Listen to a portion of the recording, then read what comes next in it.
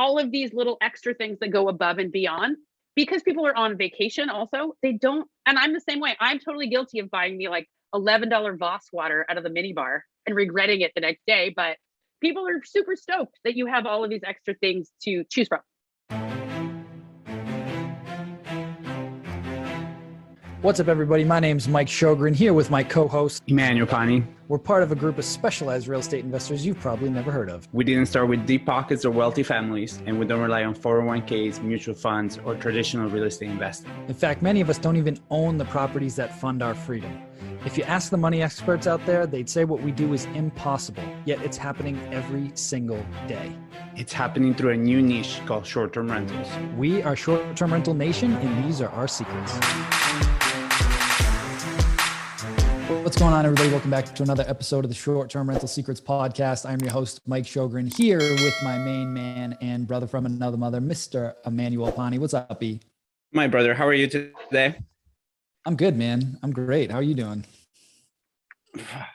We listed, I have never end of getting surprised by how well short-term rentals work. And we listed a property yesterday. For my good friend, John Huber, that you know very well. Listed it yesterday, got photography back. I woke up this morning to a booking. And by the time I was done with the gym, I had another booking. And I'm just like, this is the sauce. I don't know why anybody's not doing, you know what I mean? Every time I'm I sent it, we have a chat with his wife. It's me, him, his wife, and Tasha. So we send the screenshots there. And first of all, it just makes me happy because it's just he's a friend, but he's also a client, right? So making money for our clients makes us happy, right? And his wife immediately was like, oh, I like this so much better than long-term rentals. I'm like, yeah. I've been telling you that for a while there, honey. This is why we've been talking about it, right? But it's just so amazing because, the other properties, I know, and every time you launch a new property, even with all the properties that we've done, you're like, okay, hopefully the copy is good. Hopefully, we're not charging too much for this. No, the cleaning fee is slightly bigger place. So our team is charging a little bit more for cleaning. So you're like, I hope it books. And then literally, I woke up this morning. I'm like, oh, awesome. $3,500 booking overnight. I'm like, it is a good day. There you go. Yeah, so super happy for our client and friend, but just overall, just such a great reminder of the power in what we do. When you do it right? When you do it exactly.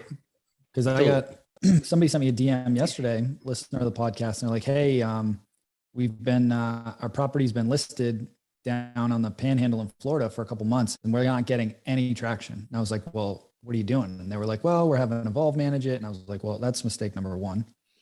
And no offense to them, but they just have so many listings and their service is limited.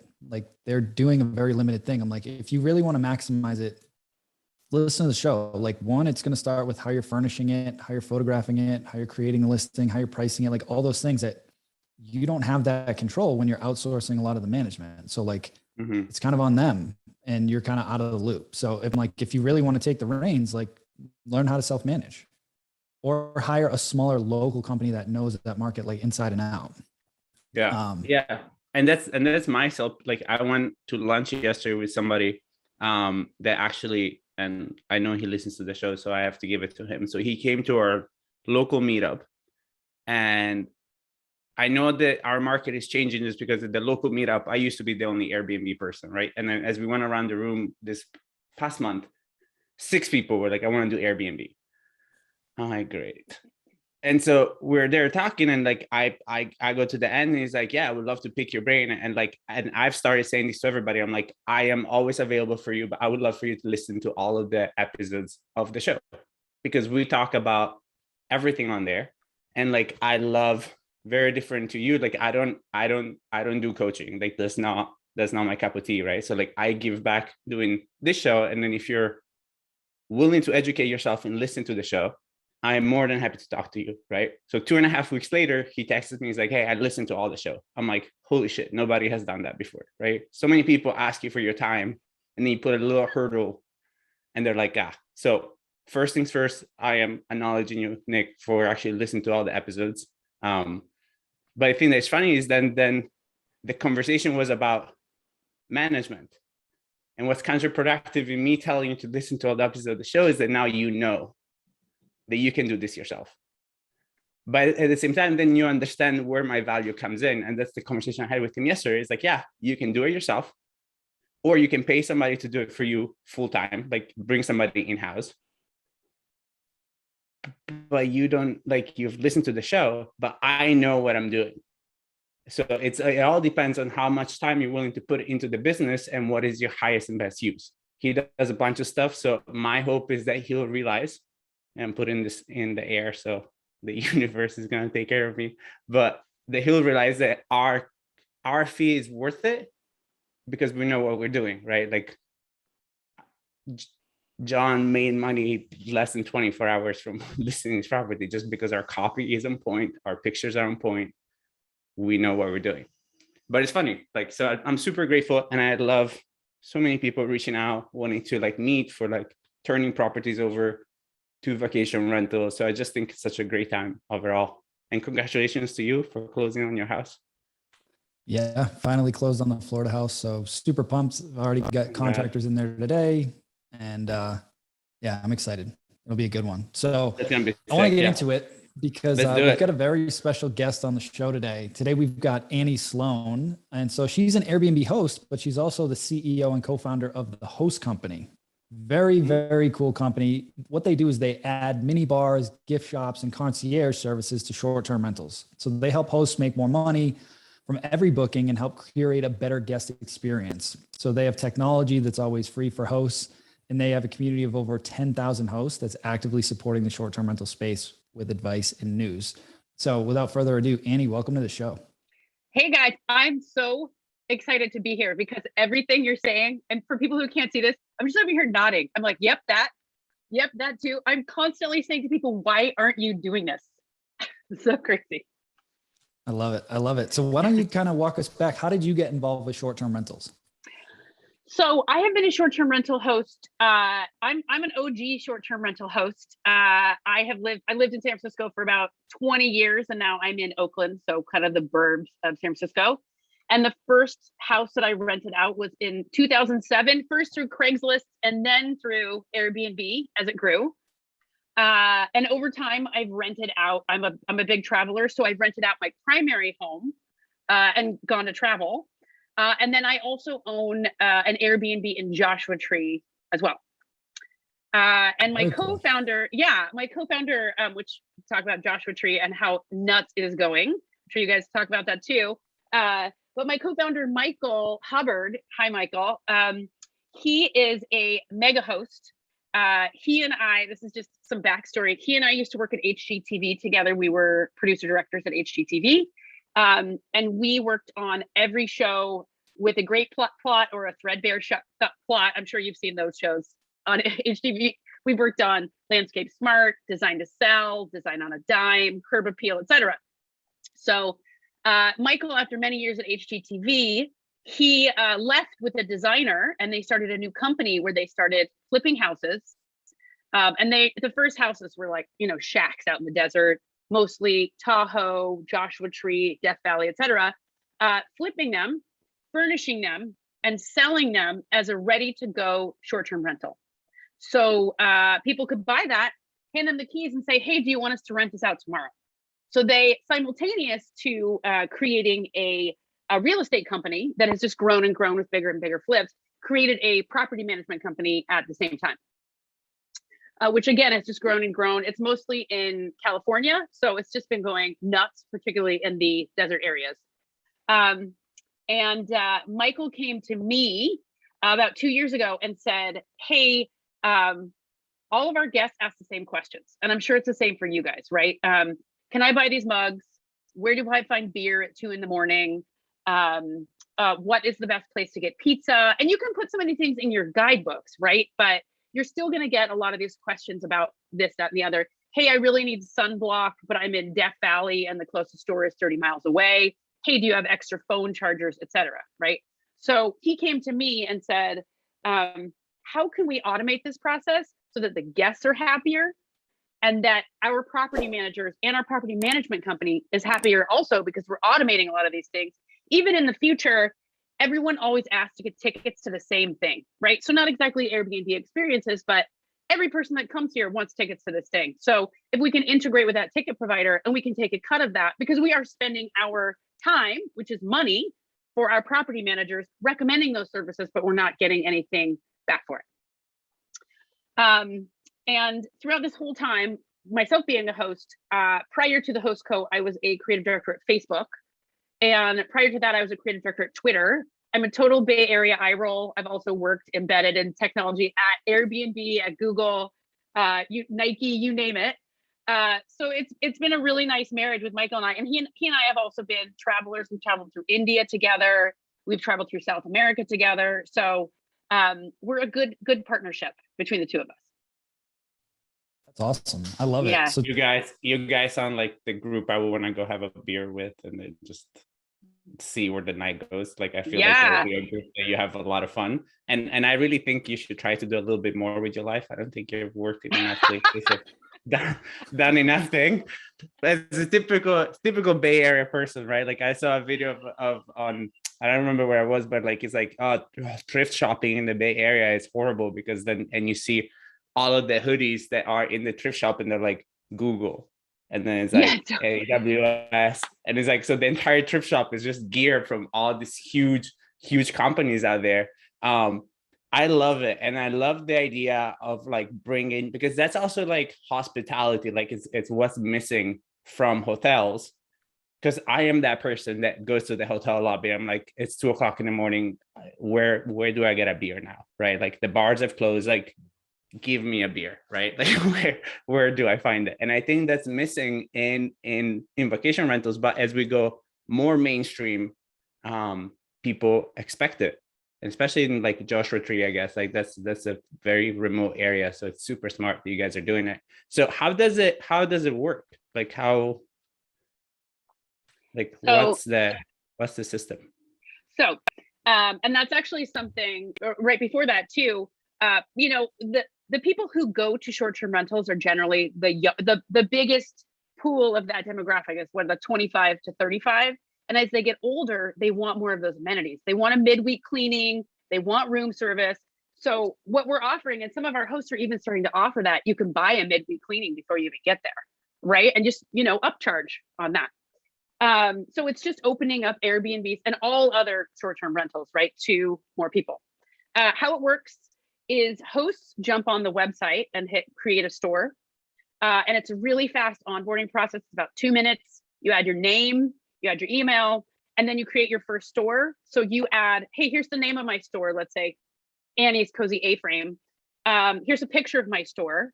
And then you can start adding items. I want to add these 4 items now. You'll see some items that you can add that are completely passive income. Oh, these 4 things from, let's say it's Oregon, right? From the Made in Oregon store that everyone is going to get shipped home. I'm going to add those. So you'll be able to add services for that area too, like Drizzly alcohol delivery, or, hey, this is the best grocery store that delivers in town through Instacart, right? You hit create store. It will offer you some options for a sign. So we have a couple of design signs. I'll show you a picture. And it comes your custom QR code. For the people that can't see out there, it says, open the minibar in store. So you can put this in your guidebook. You can put a couple of items out on the counter with this.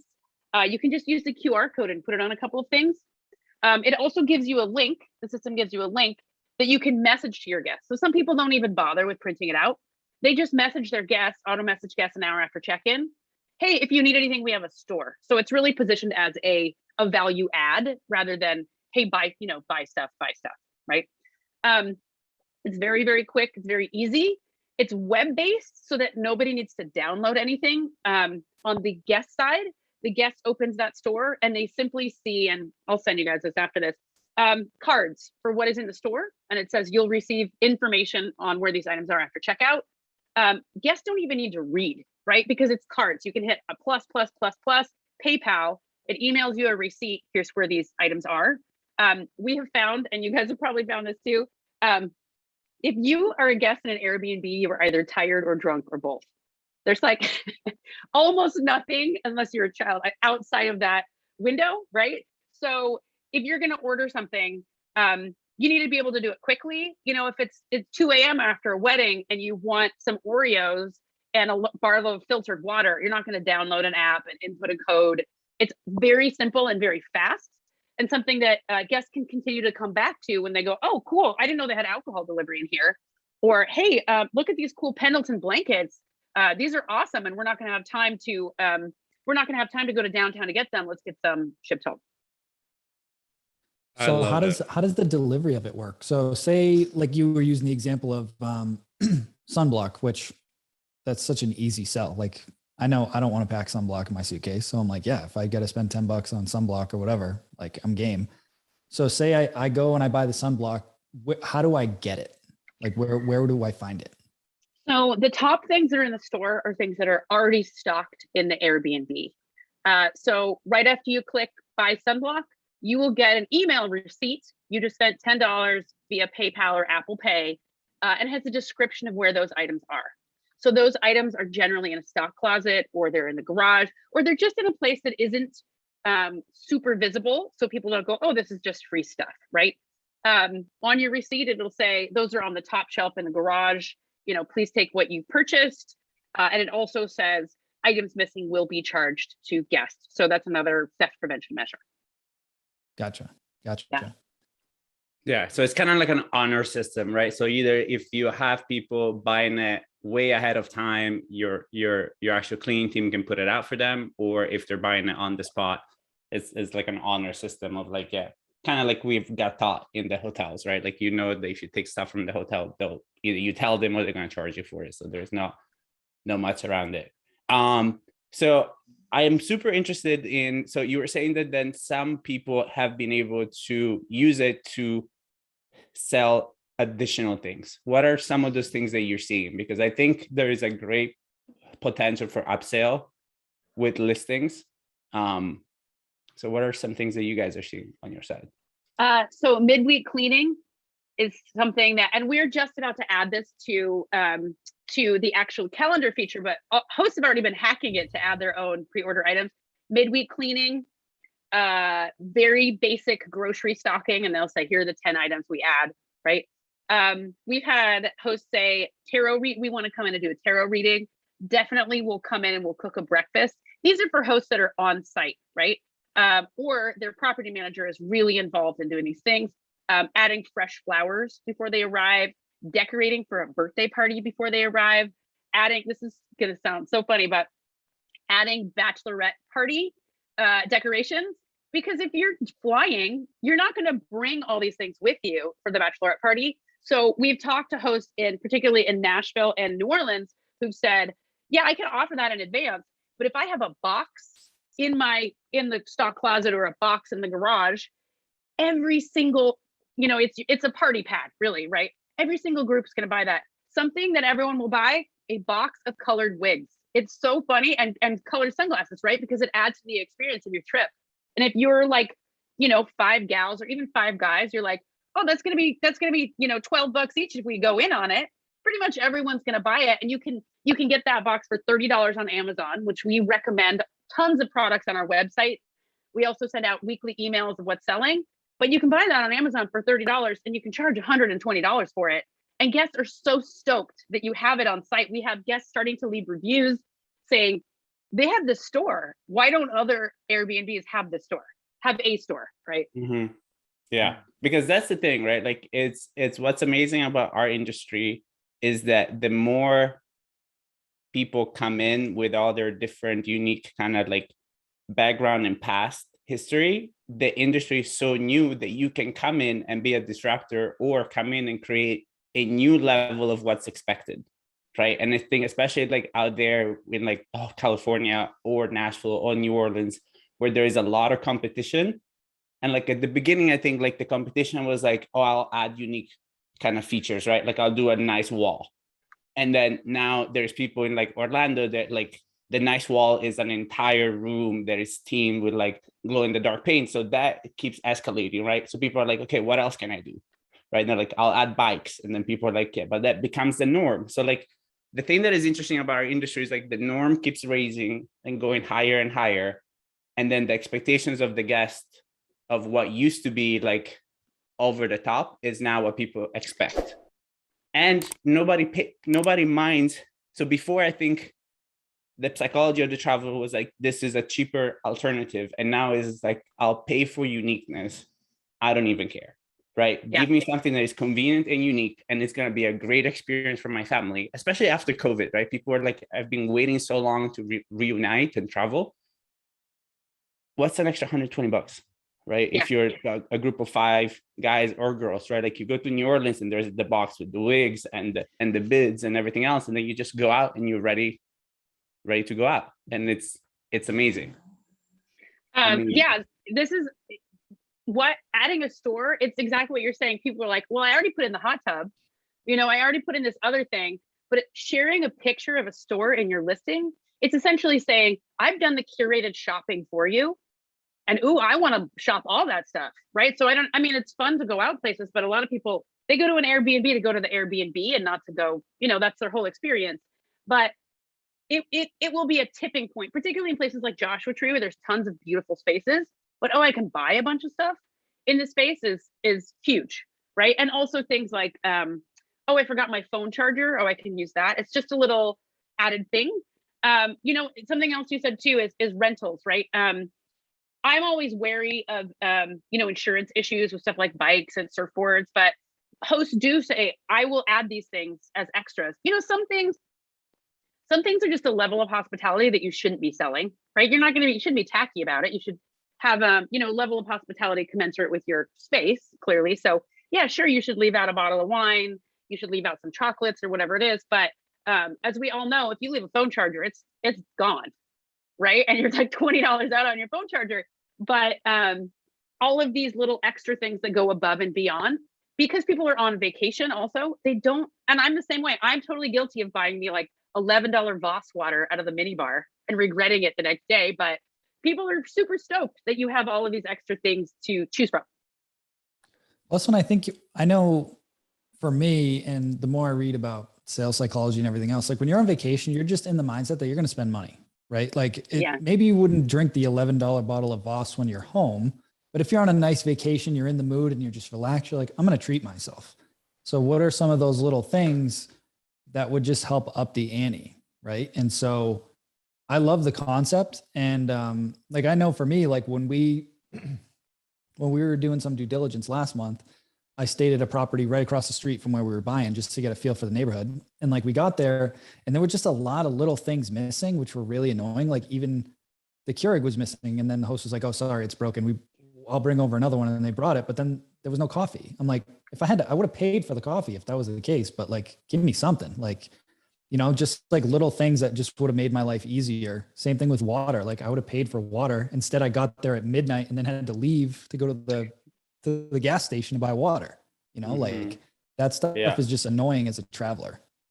And I think what people don't, sorry, Annie, but what people don't realize on that thing is it doesn't make the experience worse, but then you'll never make the experience great. Does that make sense? It's people it doesn't matter. The rest of the place is clean, everything else is nice, but just the annoyment of it's gonna jade the overall experience. And that's something that one of my mentors taught me at the very beginning, is the little details of the cleaning are so much more important, because if the little details are done, they don't start looking. But what I do myself, especially, I come from a slightly OCD mother. So I'm used to this, right? It's just the moment I go in somewhere and I feel that the place is not clean, I will find evidence that the place is not clean, right? It's gonna be there is no doubt about it, right? And I'll get into bed and be like, this feels gross.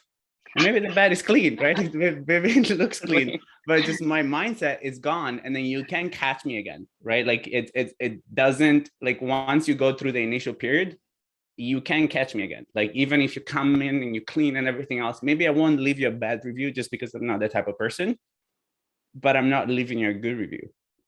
Yeah. So it's so important. Sorry, Annie, you were gonna say something. Oh no, those little things, they add, those good little things, they add up. If you're in an Airbnb after Coachella the morning after, and they have Advil and Gatorade for sale, so many times I've been like, I would pay $40 if they had Advil and Gatorade in this house right now. Or I have 2 little kids, sand toys. I'm not going to pack sand toys. And I'm like, I would give my kingdom for some sand toys right now, right? And that creates that emotional response that's larger than even the item available. It's like, oh, this is so awesome that they have this. And it makes you want to stay there again. And it makes you want to let other people know that you had that great experience. Mm. In your experience, and I know this is going to vary widely based on market and size of the property, but what do you think are some of your top sellers, I would say? I love this question because this is such great data too, just for hospitality industry. So things that are big sellers are phone chargers, water, snacks, yoga mats. I don't know why that is, but sure, okay. I've been guilty of buying one while on vacation, actually. They're a pain. Same. I buy one every time. They're a pain. You can't pack them. So I either buy them new or I buy them brand new before leaving, and I keep them in the Amazon wrapping, because then, I have a big XL Manduka yoga mat. I can't travel with that anywhere. And I try the travel one and it hurts me because it's too thin. So I buy them everywhere I go, and then I just leave them places. Yeah. So that's why.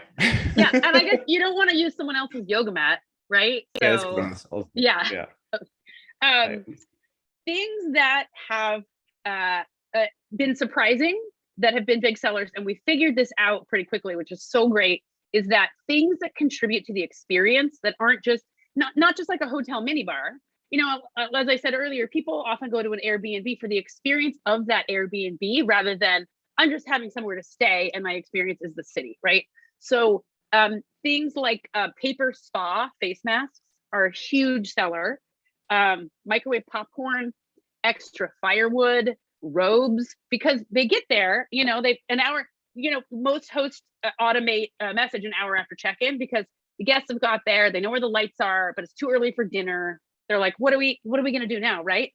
They see the store and they're like, oh, I know what we're doing tonight. We're putting on those robes, we're getting our face masks, we're getting our popcorn, and that's their whole evening, right? So anything, and like our hosts in New Orleans have said, even if it's not Mardi Gras, if you have Mardi Gras stuff or hats or something, people love that kind of stuff. Or s'mores kits, if you're in a cozy place, a red or a yellow beanie because people want to Instagram with it. Anything that just reinforces, and I'm sure you're going to talk about this a lot, the experience of that Airbnb and adds to it. Mm. I think you're one of my all-time favorite guests. I don't know if it's just your energy or just overall how surprising. Because what I love about being part of the show is that a lot of the times I have no idea who our guest is, so I'm equally as excited when you guys come on. And like your energy is awesome, so I already loved that from the beginning. But it's just the idea, like the possibilities within what you guys have made, I find super exciting, right? So and I think it's just like such a great weapon for hosts to have to make extra money and really create a crafty experience and help the local community too, because I'm here thinking I'm like, I could add my massage therapist on there, and like she's amazing and she's a single mom, so I know she would make a killing.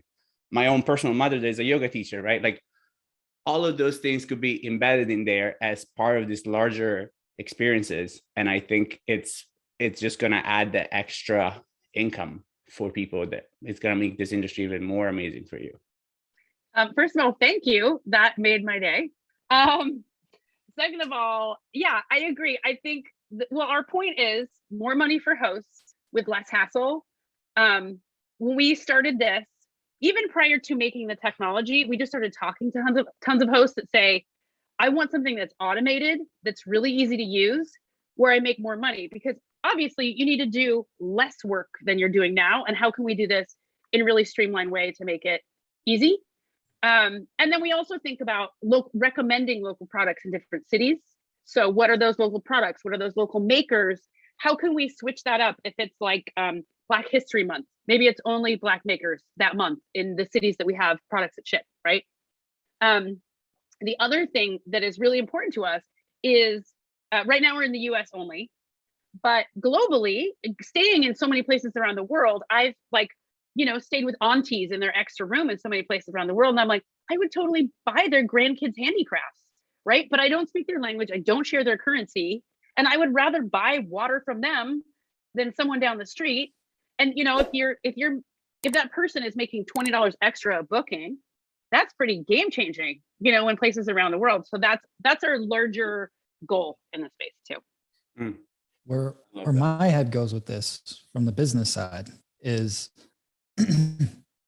how do I get branded phone chargers so that when they go home and they're using them, they're always thinking of my place, or branded mugs or tumblers and stuff like that. So yes, you're increasing your revenue, but then you're also adding to your marketing that they're going to carry this thing around everywhere with them and think of you. Or like, hey, while you're here, if you want to book your next stay, we'll throw in a free branded hoodie, or just like stuff like that to incentivize future business on top of the great guest experience. Because to order a custom phone charger, maybe it's $1 or $2 more. So instead of $15, you charge 17 or 20 or whatever. Like, people are still going to pay it if they need the charger. So taking it to that branded level as well of like, okay, I can just order a bunch of this stuff on, there's a million of those sites that you can order them in bulk. And like you said, you just keep them on site, and then now you've got branding to go with it. Yeah. Candles. I've heard from a lot of people that a lot of hosts that they want to do branded candles. You don't generally want to have candles in your Airbnb, but if you have them in your store, people will take them home in a heartbeat, or because people want souvenirs, right? They want an emotional connection to that space anyway. So, I mean, make them high quality, but I've just bought so many things while on a trip because I'm primed to spend more, where I'm like, I just want something, even if I don't like that thing that much, that has a memory of that trip. 100%. Yeah. What's funny is like knowing the psychology does not help you not fall from it. And it's the most frustrating thing, right? Because also, like, in general, like, I get upset sometimes. I'm like, I know this is me. Like, this is all me. Like, I'm just making this happen. I'm like, better, but it still happens. Question for you. Do you guys see yourself going into the actual creation of like hardware as well? And what I mean by that is, like, for example, I think about like lockers, right? Have you seen those new like Amazon lockers that they have everywhere? And you can just like punch in a code. So kind of like, because what I'm thinking about, I'm like, it would be awesome if there was an actual like huge kind of closet somewhere in the Airbnb that people can just be like, I bought this, and then you punch in the code and the thing opens, and it's almost like an Amazon package is there waiting for you. Is that something where you guys are going to, or how do people work around that? Like, if they want to have a couple of things. Yeah. It's kind of a two-parter answer. One, in terms of a large lockbox, right? Like a clear lockbox. It's so funny. Ask the universe, and the universe will deliver. One of our newest investors is like, oh yeah, we invested in a company that does like auto unlocking of boxes, and they're using it for front porch shipping, right? But you can use them for anything you want. You can do a fingerprint, you can do a code. So what we can do is say to, in the checkout instructions for the guest, hey, your items are ready, code 1234. So I think in the next year, we'll experiment in some markets with those. Is one thing. The second thing is other hardware. So our intention is to work first with hosts who have 1, 2, 3, 4, 5 to 10 rentals, right? And make it exceptionally easy. I think, there've been other people who've said, oh yeah, we have an iPad, and the iPad has things on it, so it's pre-programmed, but that's a pretty big expense for hosts. And often they get stolen, right? Or they get broken. So our intention was, how can anyone in the world use this and start in 2 minutes to get started? And then exploring more things down the line. We're looking at this, and I'm sure you guys are looking at it like this too, but we've got over 10,000 hosts in our community. We have a blog, which is all about really getting started. It's all about those simple tips and, mistakes you can make, et cetera. But we're looking at this as so there's 10 million plus listings, right, in the world. I think it's probably, you guys probably know more about this than I do. It's growing really, really fast, right? But short-term rental companies, they position hosts as like kumbaya, like we're in this to make friends, like, oh, I just want to meet new people around the world, right? And that's, even though that is a wonderful part of it, I mean, you're in business. Even if you have one one unit, right? You are running a small business. You are running a tiny boutique hotel, and you're a business person. So how do we step in? And this is our first technology, probably of several, and say, we're here to support these 10 million small business owners with all of the technology they need, and all of the resources they need to continue growing. So that's our overall brand is that, and new things I think in the next couple of years will come up of more ways that we can do that. 100%. I love it. Well, I want to be respectful of your time, but before we get into the last question, first, I want to acknowledge you and thank you for coming on the show. Really appreciate it. Had a lot of fun. And thank you for putting all this together. I'm sure that this was not an easy lift to design and get all this stuff built. And, you know, as a fellow entrepreneur, I know all the blood, sweat, and tears that it goes into growing a business. So kudos to you guys for pulling this off. And where can folks get in touch with you and learn more about the host company? So we are at www.thehost.co is our website. And you can find us on Instagram at The Host Company as well. In fact, at this point, if you type in The Host Company, you're likely to get some of our stuff too. We're also on Pinterest, and we are on all the other social channels. But check out our website and sign up. We have an early adopter wait list to get on the platform, and we're rolling it out now. We're rolling out our 1.0 platform. So we should be getting through that wait list pretty quickly. That's great. That's great. I'm already on the wait list. I just This is awesome, you guys. This is seriously, I've got a day full of meetings after this, and none of them will be this. Well, I'm glad to hear that. You're welcome to come back to hang out with us anytime you want. I feel like there is, with all of the experience that you've had, and I think there would be such a vast amount of knowledge that you can bring to our listener base on so many different avenues. So I think it was a great show. Super grateful that you came on. Wonderful. And I'll be listening in for all the tips. I loved the guesty one recently too. So awesome. Well, the last question that we like to ask all of our guests is, what is your number one secret to success with short-term rentals? Well, I think you've had so many good ones that I have to say adding a Host Co store just to plug it. But it is, besides paying attention to detail, and also responding to your guests in a timely way and listening to your guests. I'm giving you guys a bunch, but listening, your guests will tell you what they want. They'll tell you what's wrong. And a lot of people they don't go and stay in their space every few months post. They don't really listen to the guests. And that's where they're failing, is that. So our whole thing is we listen to guests and that they wanted to buy stuff. And that's where we are today. I love it. Yeah. Well, Annie, thank you again so much for your time today. Really appreciate it. Really enjoyed the show, and we'll definitely be in touch. Wonderful. So, best of luck with everything. Thank you so much. Happy holidays, guys. Happy holidays. Bye. Take care, everybody. Bye-bye. Hey, STR Nation, if you enjoyed this episode, please make sure to hit that subscribe button and leave us a review. And in the comments, let us know what topics you want us to cover on upcoming episodes, and we'll make sure to get that in the books for you. And if you really want to learn how to launch, automate, and scale your short-term rental business, if you want to go deeper, then check out our free masterclass at strsecrets.com.